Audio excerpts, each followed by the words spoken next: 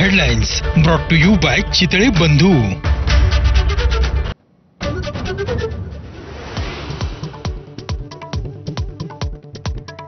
पंतप्रधान नरेंद्र मोदींकडून अहमदाबाद विमान दुर्घटना स्थळाची पाहणी, सिव्हिल रुग्णालयामध्ये जाऊन जखमींची विचारपूस, विमानतळावरही घेतली आढावा बैठक।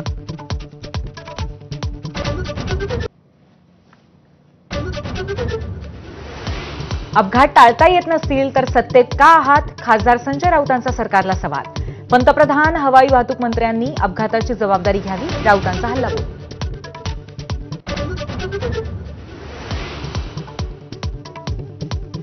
अहमदाबाद विमान दुर्घटनेमध्ये 265 जणांचा मृत्यू, विमानातल्या 242 पैकी 241 जणांचा समावेश, तर एक प्रवासी आश्चर्यकारकरित्या बचावला।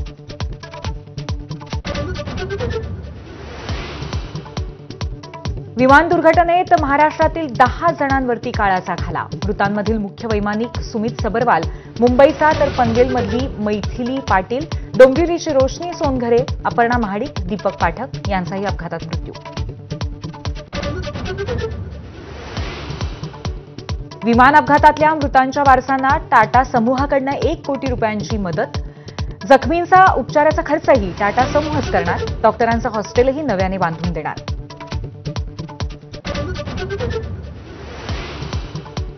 इस्रायलच्या हल्ल्यानंतर इराणने हवाई हद्द बंद केल्याचा भारतीय विमानांना फटका, 20हून अधिक विमानं इतरत्र वळवली आणि परतही बोलवली।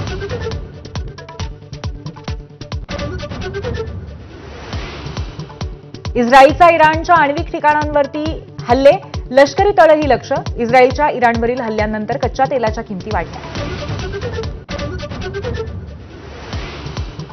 नाशकामध्ये सुधाकर बडगुजर आणि गणेश गीतेंच्या भाजप प्रवेशाला वाढता विरोध, 35 भाजप पदाधिकाऱ्यांनी शहराध्यक्षांकडे सादर केले राजीनामे, पक्षात कार्यकर्त्यांकडे दुर्लक्ष होत असल्याची भावना।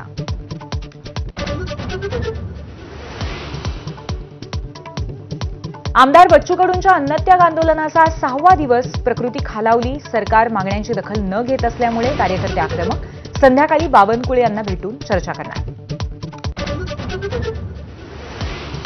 आषाढी एकादशी दरम्यान पंढरपुरातील विठ्ठल मंदिरामध्ये कुणालाही व्हीआयपी दर्शन मिळणार नाही, पालकमंत्री जयकुमार गोरेंची माहिती, मंदिर परिसरातही नो व्हेकल झोन। सिंधुदुर्गात देवगडमध्ये ढगफुटीसारखा पाऊस, 220 मिलीमीटर पावसाची नोंद, वैभववाडी तालुक्यात 115 मिलीमीटर, सिंधुदुर्गाला पुढचे 2 दिवस ऑरेंज अलर्ट।